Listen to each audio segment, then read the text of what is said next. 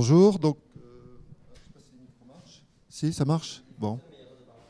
D'accord, d'accord. Bon, bah, bonjour à tous. Merci d'être présents pour ceux qui sont présents dans la salle et ceux qui nous suivent en ligne. Merci à vous. Donc l'objectif, c'est de traiter et d'échanger sur un aspect spécifique des fintech, l'open banking. Frédéric Burtz va se présenter. Tout d'abord, c'est vrai que les fintech à Toulouse, c'est représenté à travers une factory fintech de Digital 113 qui réunit 4-5 acteurs. C'est vrai que ce n'est pas un secteur d'activité qui est beaucoup représenté à Toulouse, mais c'est important de pouvoir en parler lors de la mêlée numérique. Donc merci Frédéric Burtz d'être présent et de pouvoir échanger avec moi sur ces sujets. Bonjour à tous, Frédéric Burtz, donc, je suis le directeur de l'innovation du groupe BPCE.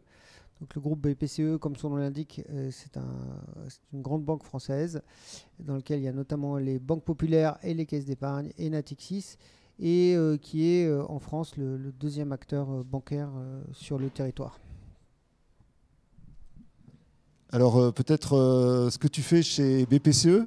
Je suis directeur de l'innovation du groupe BPCE. Je vais peut-être vous parler brièvement de cette histoire-là.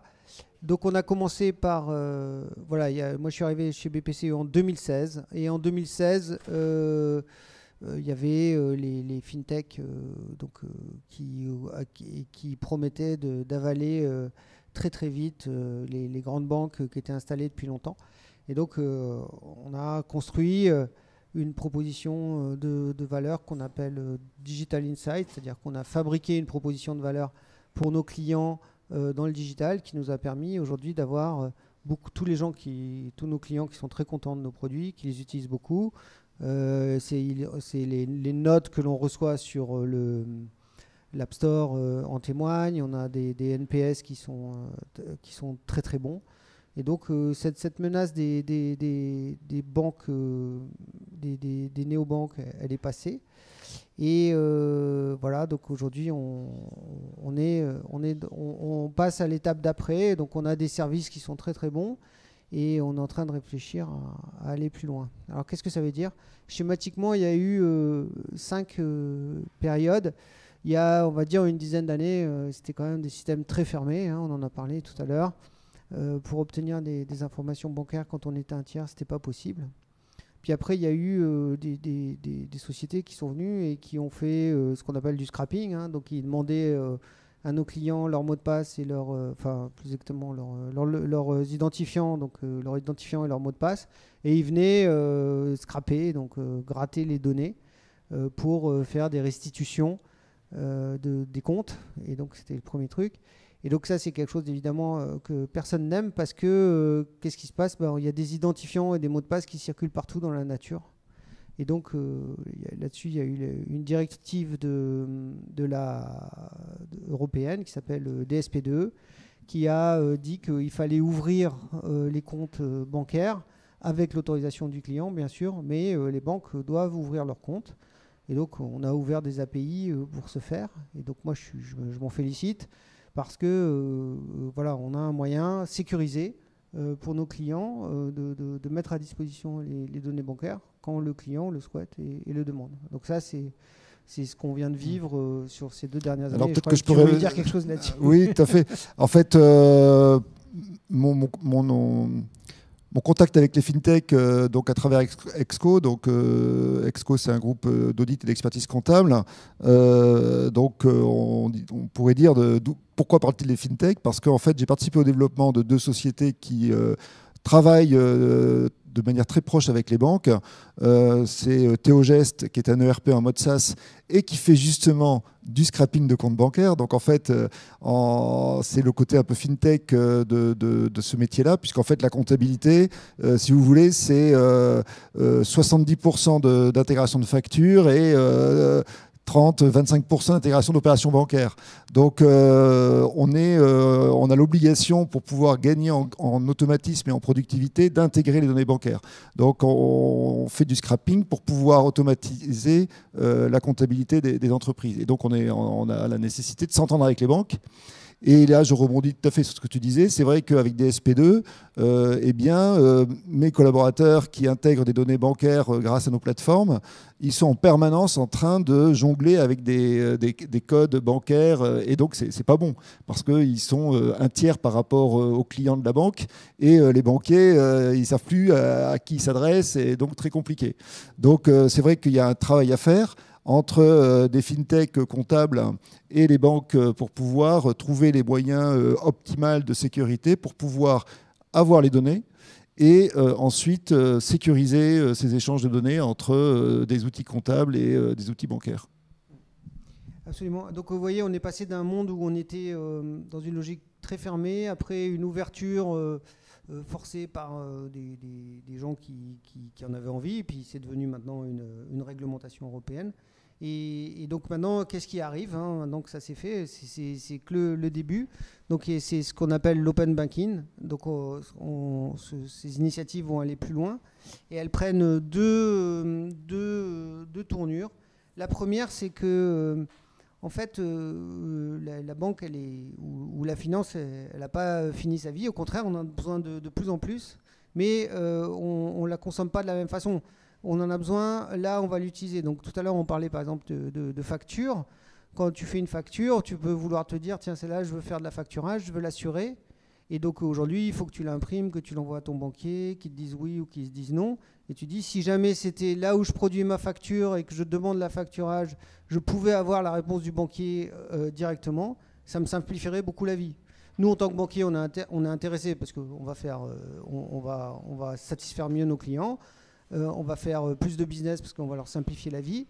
Et donc, on va faire ça grâce à des API. Donc ça, c'est le premier élément de l'open banking, c'est-à-dire comment est-ce qu'on projette nos services à l'intérieur des expériences de nos clients, plutôt que leur demander de revenir sur nos espaces digitaux à nous pour faire quelque chose. Ou si par exemple on fait un crédit pour faire des travaux dans la maison, on peut se dire, par exemple pour améliorer la signature thermique de sa maison, on pourrait se dire que ça peut être intéressant que mon banquier qui est intéressé à ce que là où j'habite et là où il m'a prêté de l'argent, c'est une meilleure signature thermique, et on puisse facilement financer les travaux pour ça. Donc ça, c'est vraiment le premier élément.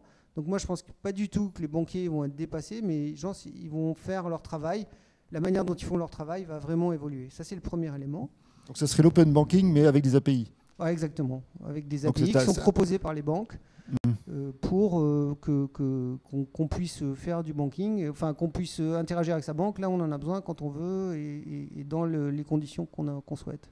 D'accord. Donc ça, c'est le premier sujet.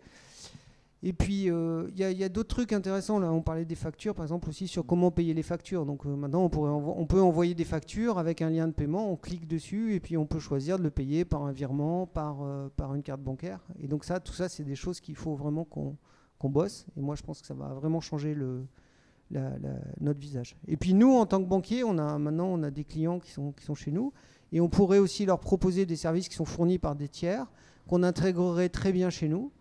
Et donc, on servirait un peu de marketplace pour des partenaires qu'on choisit pour faire tout ce qui a trait au pilotage de la performance de l'entreprise, pourquoi pas les RH aussi, des choses comme ça. Donc, on travaille dans ces deux axes, projeter nos services dans les expériences de nos partenaires.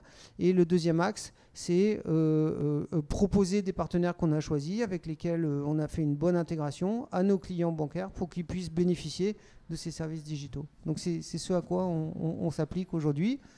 Donc ça, c'est la vision. On se reparle dans 3 ans pour voir où on en est de l'exécution. Mais c'est une tendance qui est très forte, qu'on partage beaucoup entre confrères. Et je pense qu'on va vraiment aller dans cette direction-là.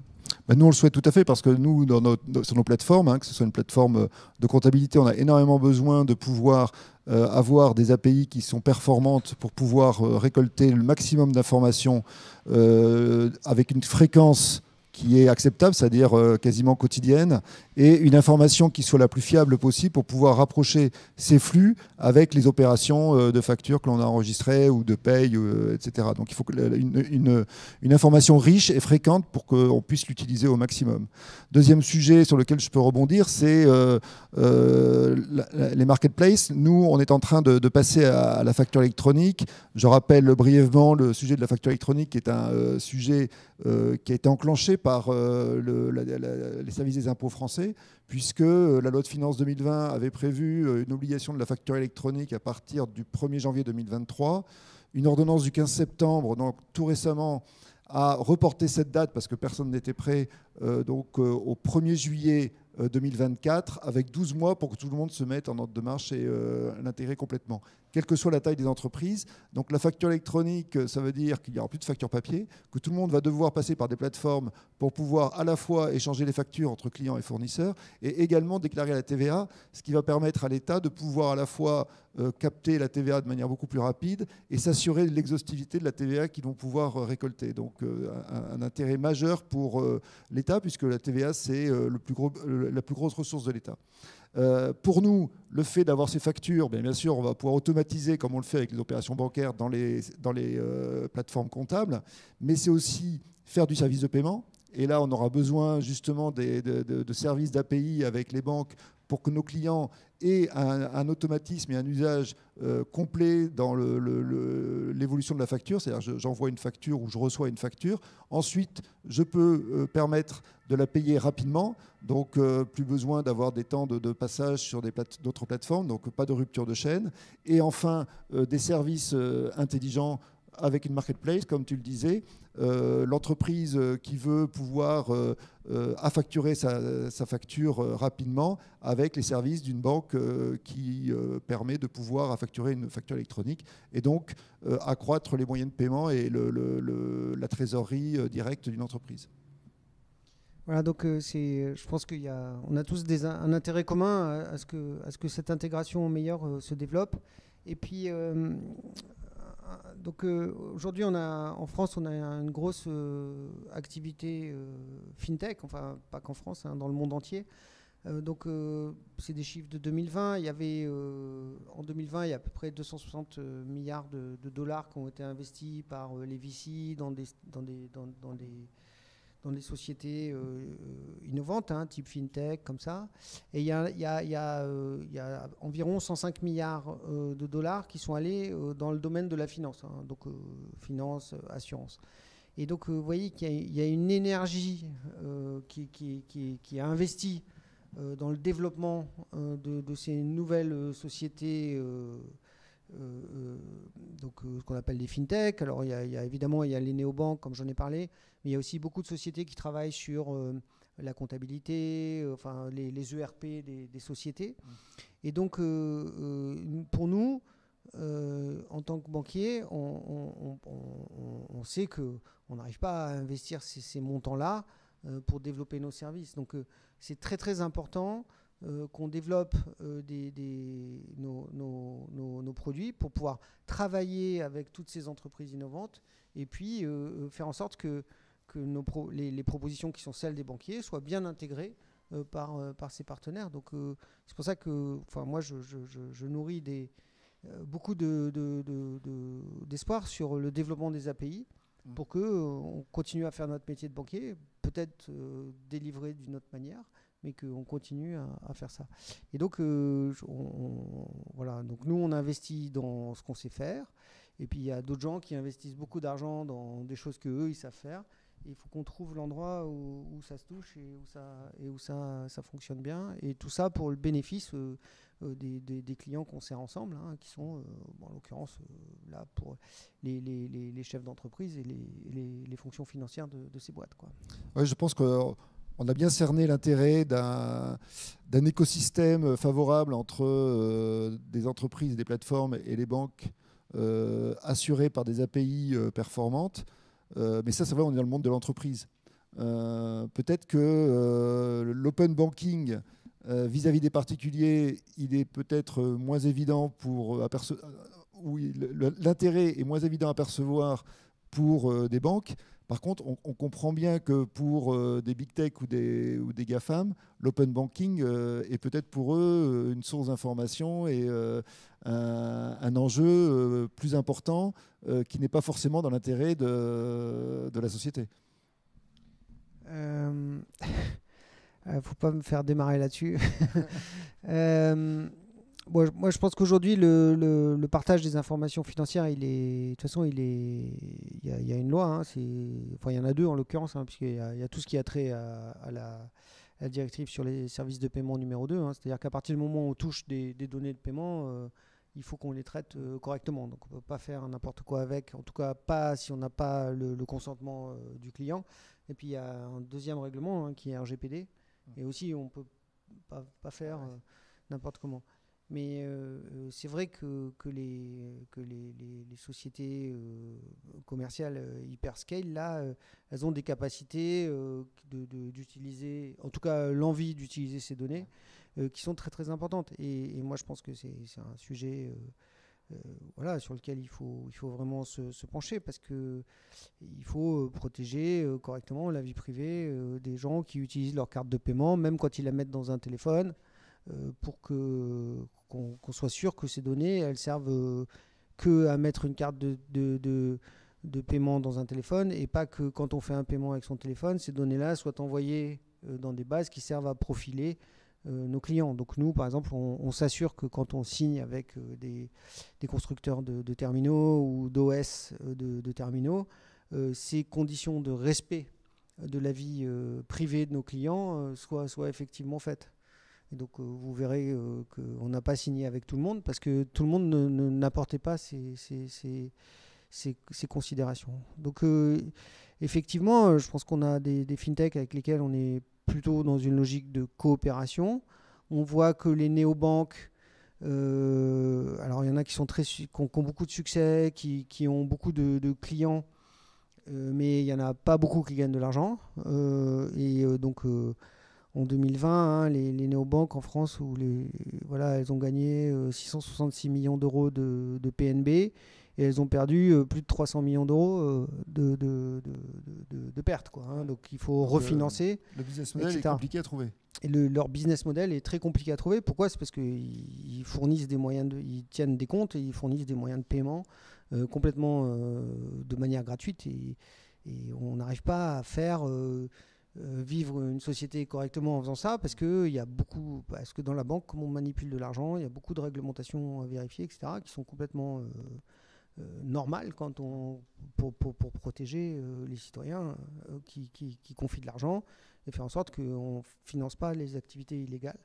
Donc ces boîtes-là, elles ont pas de difficultés. Et c'est pour ça que moi, je suis très enthousiaste sur les nouvelles fintech qui sont plus autour du management de l'entreprise. Voilà, parce que on est dans quelque chose où vraiment on rajoute de la valeur pour ça. Et donc, voilà, et on en discutait tout à l'heure. Je pense qu'il y a elles sont sur les métiers du chiffre, elles sont en train d'apporter vraiment beaucoup de choses. Et donc, je te retourne la question. Hein. Moi, je suis inquiet pour les métiers du chiffre face à l'arrivée de tous ces nouveaux acteurs qui finalement seront en train peut-être d'ubériser ces métiers-là. Oui, ce que tu veux dire, c'est qu'en fait, grâce à des flux bancaires, on peut arriver à quasiment faire une comptabilité. Mais bon, je rappelle que ça n'apporte que des informations sur la trésorerie, alors que la comptabilité, c'est une comptabilité d'engagement. Et donc, en fait, la trésorerie ne fait qu'une partie de la vision de la performance d'une entreprise. C'est notre objectif. C'est grâce au développement de plateformes qui alimentent justement des comptabilités qui sont selon les normes comptables applicables dans tous les pays de l'OCDE, donc des comptabilités d'engagement, qu'on arrivera, nous, justement, à éviter de se faire ubériser. Alors, c'est sûr qu'il y a toujours le risque ou la chance, je ne sais pas, qu'un jour ou l'autre, l'État dise que pour les toutes petites entreprises, une comptabilité de trésorerie suffise. Bon, bah, très bien, ça sera parfait, c'est un choc de simplification, et là, ça sera vraiment pour une fois, et pour l'économie, c'est bien. Mais nous, on restera de toute façon toujours avec des outils et des services qui seront performants, et c'est pour ça qu'on a développé nos plateformes, pour, comme vous, ne pas se faire ubériser par les nouveaux acteurs. Et donc, on suit de manière très très proche les API que peuvent développer les banques pour pouvoir enrichir nos services et enrichir nos bases de données. Et donc, si on reprend un peu où est-ce que va l'argent aujourd'hui dans l'innovation sur les fintech, c'est à peu près 4 quarts. Hein. Et donc, il y a un quart qui va dans les nouveaux services financiers, donc plutôt pour appeler ce qu'on n'a plus le droit d'appeler des néobanques, mais on va appeler des néobanques parce que tant que j'ai pas un nouveau terme pour désigner ça. Après, il y a un quart qui va dans le pilotage de l'entreprise, donc toutes ces fonctions dont on vient de parler sur la gestion du poste client, donc avec la facturation, la gestion des fournisseurs, la pré-compta, la compta. On a aussi des entreprises en France qui sont très efficaces, qui gagnent beaucoup de business sur la gestion de la trésorerie, hein, des Lyonnais. On a une boîte PayFit qui fait des RH. Enfin, voilà, tout ça, c'est vraiment la performance de l'entreprise. Il y a les paiements qui continuent à être beaucoup d'investissements qui vont dans les systèmes de paiement. Les paiements, ils sont à l'aube d'une transformation assez fondamentale. C'est qu'aujourd'hui, on a les paiements à distance, ils se font beaucoup par carte. Et avec DSP2, on voit qu'ils évoluent vers des paiements par les virements. C'est-à-dire qu'au lieu de faire un paiement par carte, où on vous demande sur votre téléphone de valider le compte, etc., à distance pour éviter que vous vous fassiez voler, aujourd'hui, peut-être qu'on va vous dire, plutôt que faire un paiement, faites un virement. Donc, par exemple, c'est intéressant parce que s'il y a un plafond sur la carte, que vous faites un gros achat, par exemple pour des travaux, pour payer un entrepreneur ou comme ça, c'est beaucoup plus facile de faire ça. Donc on a voilà, beaucoup d'actions là-dedans et qui fait qu'il y a des investissements. Et puis le dernier quart, il va vers les assurances. Donc là aussi en France, hein, il y a des gens qui sont nos concurrents, qui lèvent beaucoup d'argent, hein, qui font des licornes. Et puis on voit aussi que pareil, il y a beaucoup de boîtes qui développent des services pour aider les assureurs à, par exemple, qualifier les sinistres, s'assurer qu'il n'y a pas des déclarations frauduleuses, faciliter la gestion des dossiers, etc. Donc on a une scène vraiment aujourd'hui très active. Et donc moi, dans mon métier d'innovation, très intéressante, parce qu'il faut réfléchir à comment est-ce qu'on tire parti de toutes ces innovations, de tout cet argent qui est investi là-dedans, et qu'on a notre rôle à jouer là-dedans. Donc, ouais, c'est un monde qui est excitant, dans lequel c'est excitant de vivre, quoi. Je suis d'accord, parce qu'en fait, on vient de métiers assez traditionnels, mais on essaie de montrer quand même qu'on est au point des technologies. Et nous, c'est vrai que de pouvoir permettre à nos clients d'avoir des tableaux de bord à jour tous les jours, qui leur permettent de pouvoir suivre l'évolution de la performance de leur activité et également de pouvoir suivre leurs encours clients aux fournisseurs et leur trésorerie. Je trouve que le chef d'entreprise aujourd'hui, avec toutes ces informations, il est capable de pouvoir gérer de manière beaucoup plus pertinente et performante son entreprise. Voilà, donc moi je pense qu'on a fait le tour, hein, de nos sujets. Est-ce que peut-être le moment de prendre des questions? C'est toujours la première, la plus dure.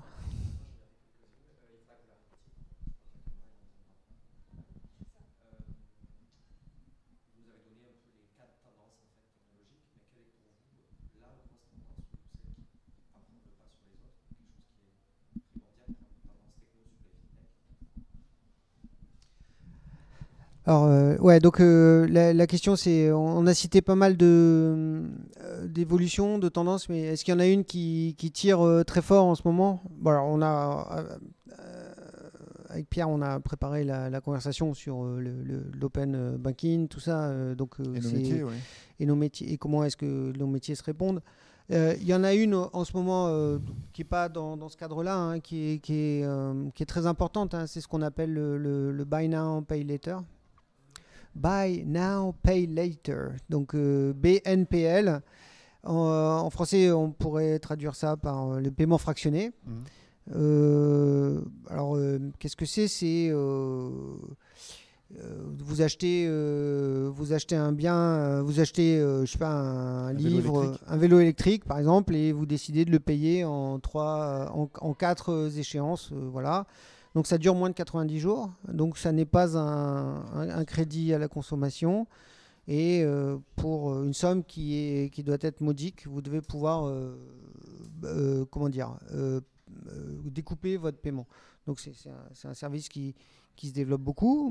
Nous, on pense au groupe BPCE que c'est un projet c'est un système de paiement qui va se répandre et qui va devenir quasiment aussi courant que payer sans contact, hein, parce que voilà, ça va être ça. Et donc, on est dans le groupe, il y a la banque Oney, O-N-E-Y, hein, dont le groupe BPCE est majoritaire et qui est le leader en France de ces sujets-là. Donc nous, on travaille, voilà, je pense que parmi les tendances qu'on va voir dans le monde des fintech, enfin, c'est pas vraiment une fintech, mais vraiment des innovations autour des sujets de paiement bancaire. Celle-là, ça va être une très très importante. Et donc, donc moi, je pense que je vois que ça, c'est un sujet qui est super important. Et puis le deuxième qui va peut-être pas arriver aussi vite, mais qui va être vraiment, je pense, une grosse manière un gros changement dans la façon d'envisager les choses. C'est les paiements qui se font plus par les schemes de cartes, hein, les schémas des cartes bancaires, mais qui se font désormais par des initiations de virement, des initiations de paiement. Et donc ça, c'est aussi un gros changement qui va arriver. Et là, les acteurs, ils sont tous en train de se positionner, nous aussi, hein. Et ça va être c'est des choses qui arrivent et qui vont être très, très importantes.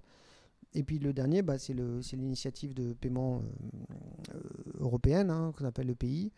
Et donc, dont l'objet, c'est de créer un scheme européen et d'éviter que quand je suis un Français, que je vais en Allemagne et que je fais une dépense, je nourrisse une société nord-américaine, quoi. Donc, voilà, je pense que pour moi, ce que je vois, c'est des nouveautés sur lesquelles on travaille, qui vont arriver et qui vont changer la vie de tout le monde, hein. Voilà. Oui, je pense que la généralisation des virements, des prélèvements, avec le SEPA qui est quand même une information très riche, si un jour il y a disparition complète des paiements par chèque, toute l'information sera lisible dans un compte bancaire. Parce que quand vous payez quelqu'un avec un chèque ou quand vous recevez un chèque, c'est illisible pour un compte bancaire. Donc si vous n'avez pas le talon ou le bordereau de remise, vous ne savez pas ce qui s'est passé. Donc ce sont des évolutions qui vont permettre de faire en sorte que les comptes bancaires sont suffisamment riches pour donner de l'information quasiment comptable aux entreprises. Absolument.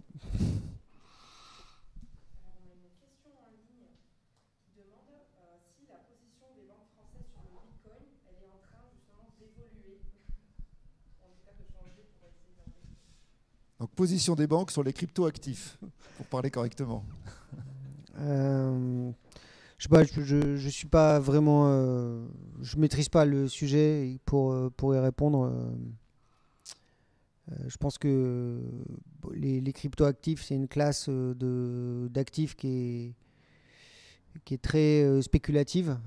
Et donc, nous, en tant que banquiers traditionnels, on a un devoir de conseil de nos clients et de sécurité vis-à-vis d'eux. Et je pense que ces actifs-là, ils ne remplissent pas ces objectifs-là. Donc voilà ce que je peux en dire à ce stade. Et donc on n'est pas hyper bullish sur le sujet, quoi.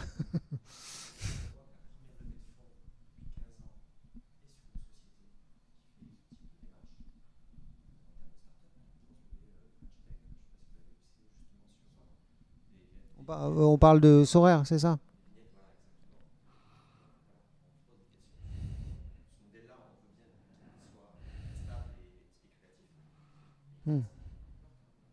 Oui, c'est on peut pas ne pas constater ça. Après, est-ce qu'on en fait un business et est-ce qu'on conseille à nos clients d'aller là-dedans? c'est là notre responsabilité de banquier. Donc c'est à ce moment-là où il y a d'autres éléments qui rentrent en jeu vis-à-vis du devoir de conseil qu'on a vers nos clients, quoi. Non, parce qu'il faut des liquidités qui permettent de pouvoir payer les fournisseurs, des salariés, enfin voilà, des choses, de payer l'URSSAF, tout simplement. Enfin voilà, c'est bien joli tout ça, mais on sait bien que ces cryptoactifs participent au financement de certains marchés qui sont illégaux. Ces actifs ne permettent pas de payer tout ce qui est légal. Donc c'est tout simplement un constat cruel, mais il faut l'accepter. C'est complément de la question, hein. La première chose qu'on apprend quand on est banquier, c'est de la lutte contre le blanchiment et contre le financement du terrorisme. Donc, fort de ça, ça devient difficile. Pareil chez les experts comptables, hein, c'est la même formation là-dessus.